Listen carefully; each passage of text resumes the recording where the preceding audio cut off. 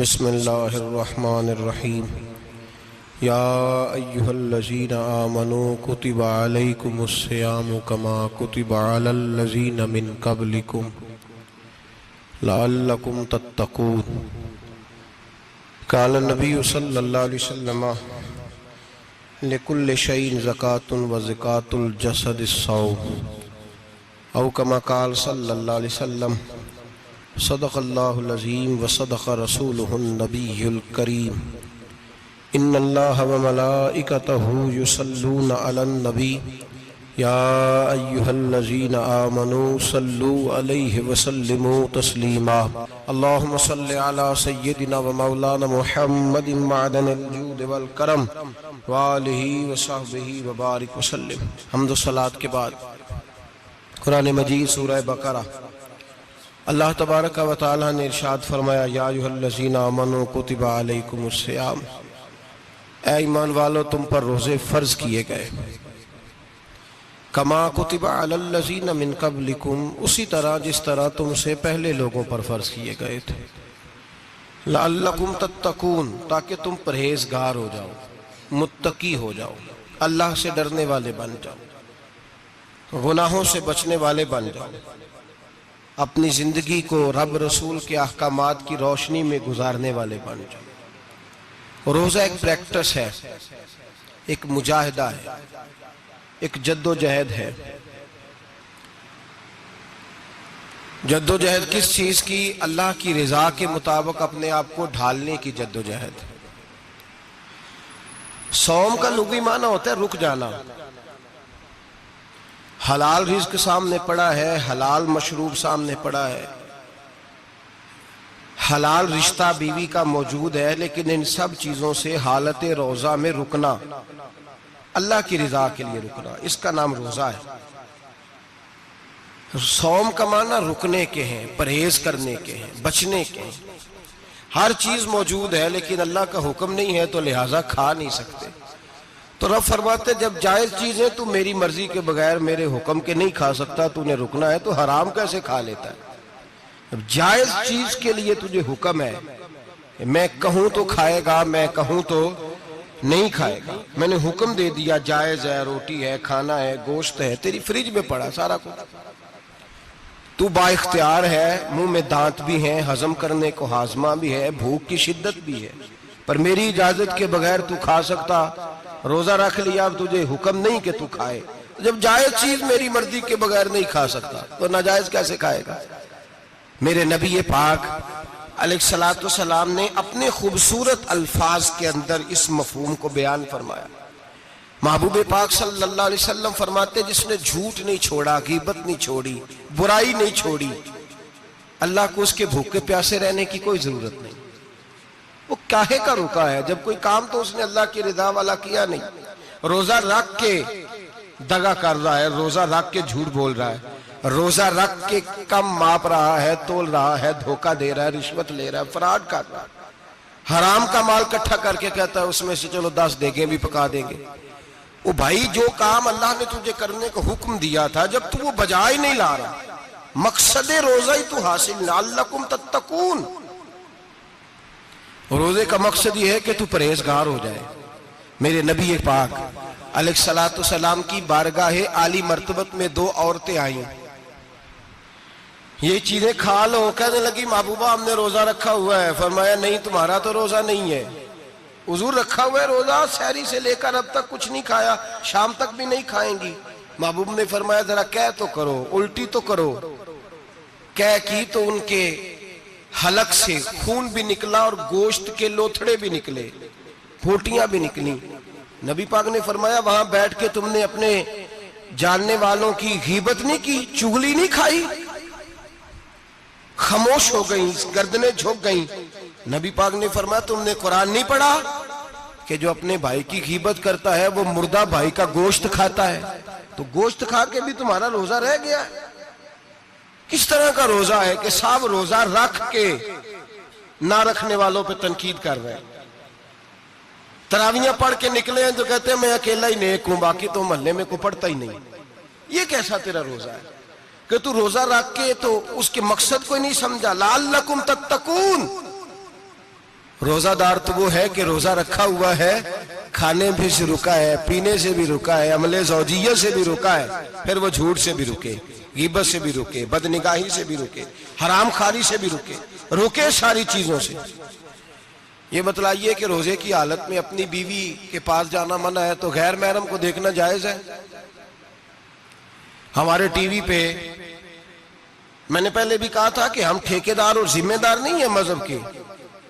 یہاں ہمارے آنے سے پہلے بھی کوئی بیٹھا تھا، ہم مریں گے تو یہاں ہم سے بڑے بڑے نیک لوگ بیٹھیں گے، کوئی بندہ ذمہ دار نہیں ہے۔ بڑے بڑے کج کلا، صاحب جبہ و دستار، بڑے بڑے صاحب بصیرت، آئمہ، فقہا، علماء، زعماء، نقبہ، صوفیاء، اولیاء، غوث، کتب، ابدال، اوتاد، کتب الاقطاب، جانے کون کون آئے، علماء آئے، مفسرین آئے، محدثین آئے، گزر گئے۔ ہم تو خاک نشین لوگ ہیں، تھوڑا کام کرنے والے، تھوڑی صلاحیت رکھنے والے۔ لیکن بھائی اگر کرتے ہیں تو ایک کام کرتے ہیں، ساتھ دوسرا نہیں کرتے۔ یہ کس طرح کا دین سکھانے لوگ نکلے کہ شوال سے لے کر شعبان تک گانا سنایا جائے گا، شعبان سے لے کر شوال تک ناچ گانا کیا جائے گا، شوال سے لے کر شعبان تک دھما چوکڑی ہوگی، رمضان آئے گا تو حدیثیں سنائی جائیں گی، رمضان آئے گا تو لوگوں کو قرآن پڑھ کے سنایا جائے گا۔ یہ مذہب بانج نہیں ہے کہ گویے مذہب سکھائیں گے، ایکٹر مذہب سکھائیں گے۔ یہ مذہب بانج نہیں ہے کہ ایک گلاس کے اندر پہلے شراب پی لو، پھر اسی گلاس میں رمضان آئے تو شہد بانٹنا شروع کر دو۔ یہ بانج نہیں، یہ میرے رسول اللہ کا مذہب ہے۔ اگر تمہیں شوق ہے دین سیکھنے سکھانے کا، یکم رمضان کو توبہ کرو اور کہو کہ ہم ٹی وی پہ بیٹھ کے حدیثیں سنائیں گے تو سارا سال سنائیں گے، اور جس زبان سے حدیث نکلے گی پھر اس سے کبھی گندا گانا نہیں نکلے گا، پھر کبھی ناچ گانا نہیں ہوگا۔ یہ کون سا مذہب ہے جو بیویاں سکھا رہی ہیں؟ یہ کون سا دین ہے جو عورتیں سکھا رہی ہیں؟ میرے رسول پاک صلی اللہ تعالیٰ علیہ وآلہ وسلم کا وہ مذہب ہے کہ میرے اعلیٰ حضرت فاضل بریلوی رحمت اللہ علیہ نے فرمایا، مرد کے لیے جائز نہیں کہ وہ عورت کی زبان سے میلاد بھی سنے، نعت بھی سنے۔